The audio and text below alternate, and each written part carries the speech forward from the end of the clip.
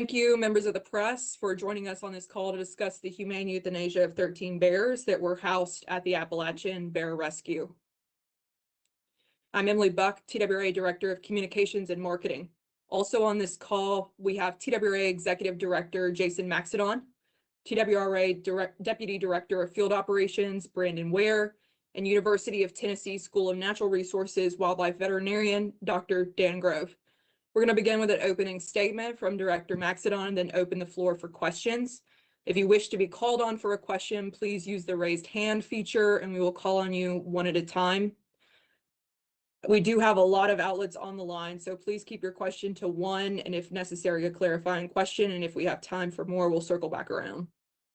Please remain on mute when not speaking to ensure clean audio for everyone participating. With that, Director Maxedon, I'll turn it over to you. All right, thank you, Emily. Well, thank you everyone for joining us today. We wish that we were coming to you with better news, but unfortunately today we're discussing one of the greatest challenges in wildlife management, which is managing at the population level rather than the individual level.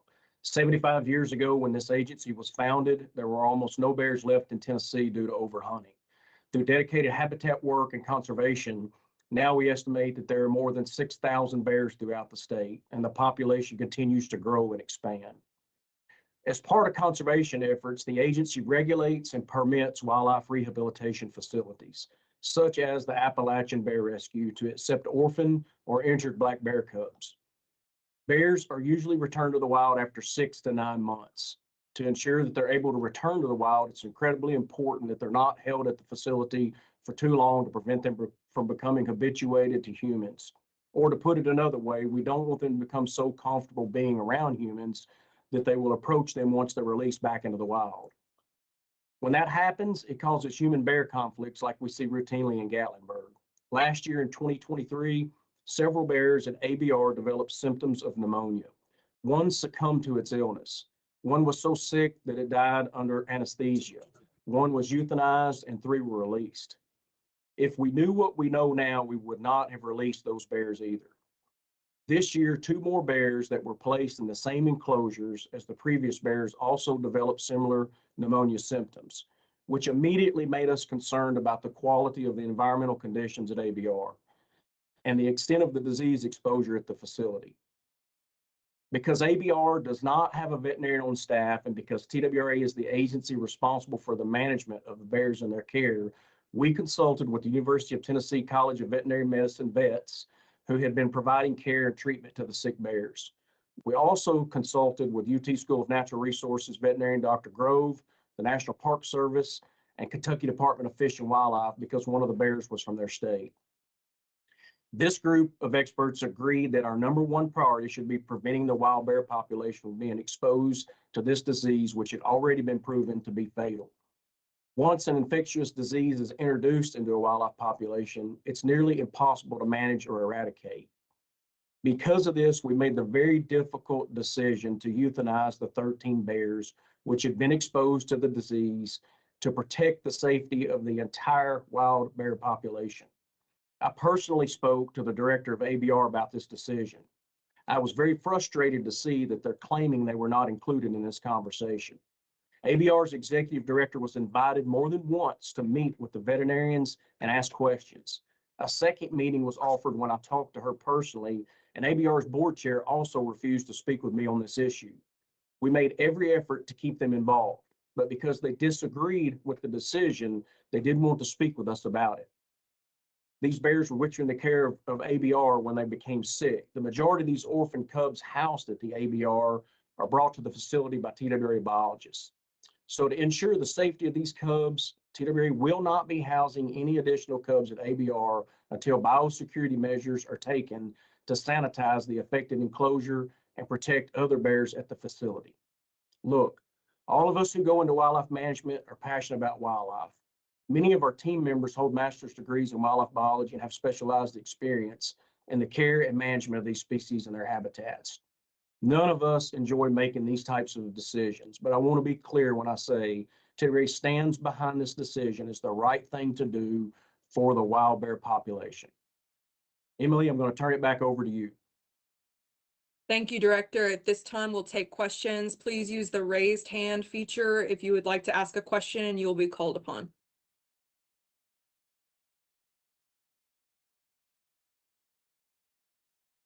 I see Evan Lasik first. Please identify which outlet you're from as you ask your question.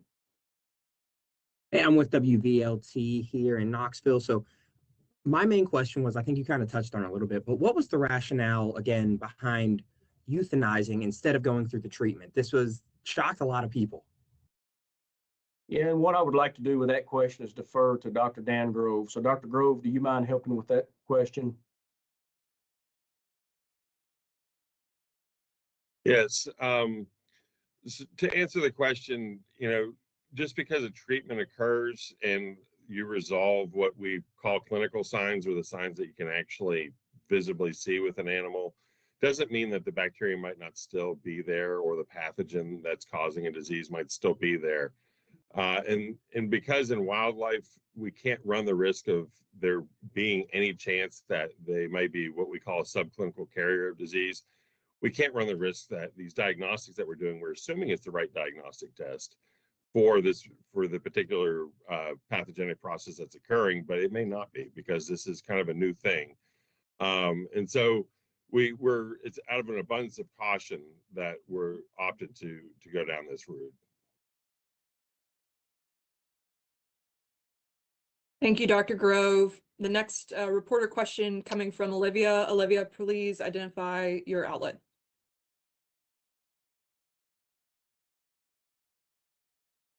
Good morning. I'm Olivia Daig with WBIR out of Knoxville. I had a question regarding what the process looks like to sanitize the area, make sure that it's unable to continue spreading that disease, and what that timeline looks like. What do bears, where will they go if they need help, if ABR is not suitable for them to be at? Dr. Grove, I'm going to defer to you again on the sanitation.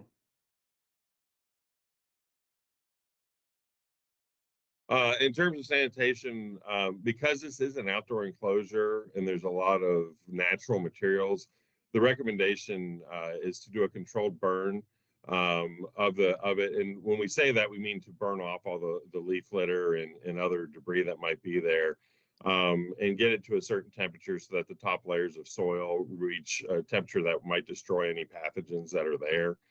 And this is just kind of a good sanitation practice to do in these types of enclosures in general, as well as recommendation of using appropriate chemical sanitizers for any structures that may not be able to be, that may not survive like burning. So if there's any man-made structures or anything like that, there's sanitizing agents that we can use to actually do that. And then on top of that, because it is an outdoor enclosure, so to touch on that also, any indoor enclosures also, it's recommended that an appropriate sanitation occurs as well, and that's usually with chemical sanitizers.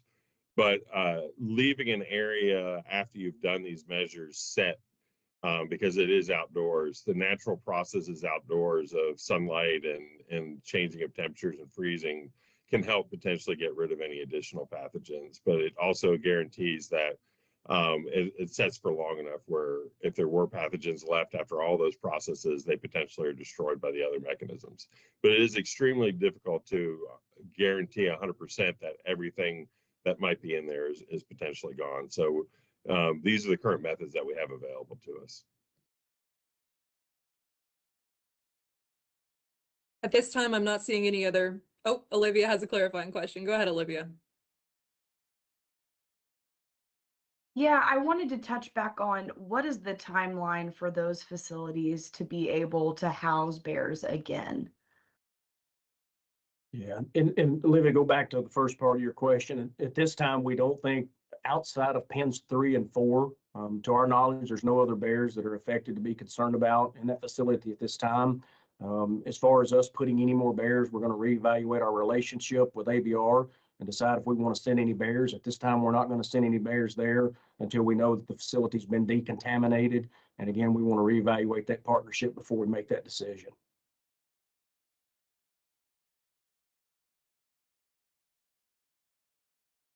Do we have any other reporters on the line with a question?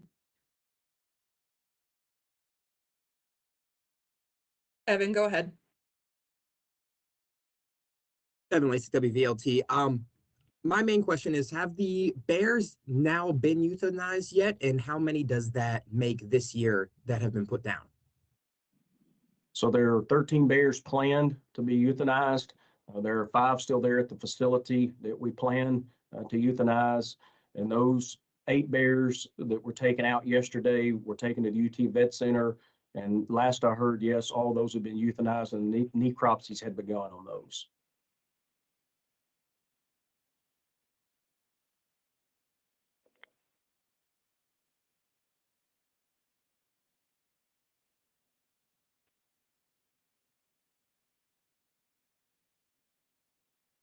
Any other reporters on the line with a question? Olivia. I wanted to kind of have you guys elaborate on, you said you need to reevaluate the relationship that TWRA has with ABR. Is that because of the comments that they made that they were not involved in the discussion, or is it another reason? Yeah, twofold to that. Again, we're concerned about sending bears there until we can figure out the causative agent and what's going on in that facility. So that's one part of it. The second is, yes, some of this information has been misconstrued that they put out. We have been working with them. We have been trying to keep them informed of what's going on. So yes, that would be the second part of that.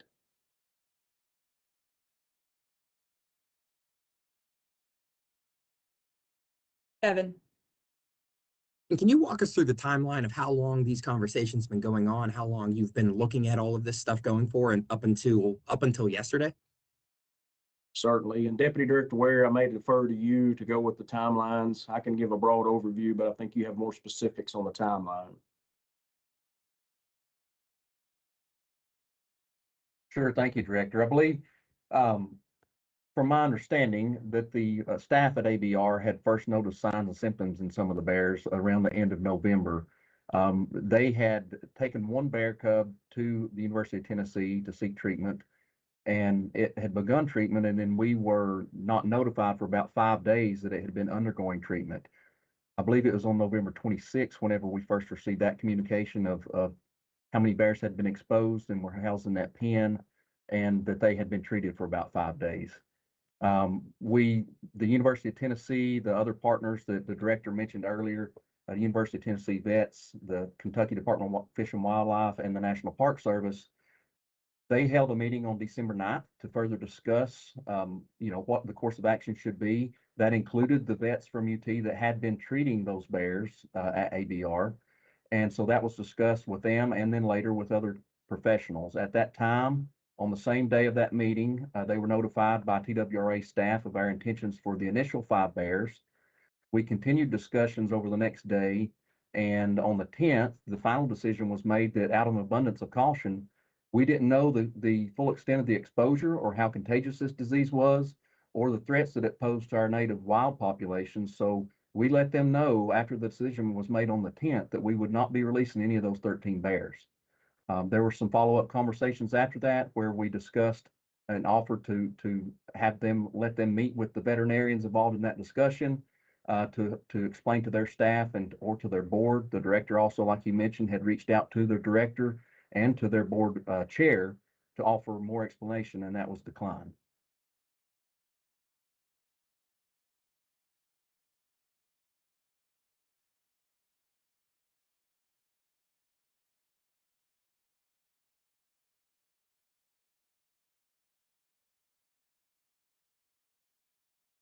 At this time, I'm not seeing any additional hand raised. Do we have any other reporter questions on the line?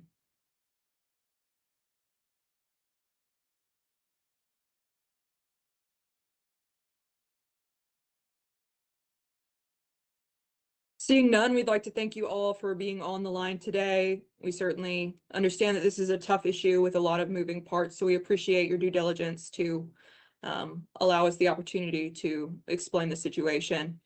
With that, I will conclude the meeting. Thank you, everyone.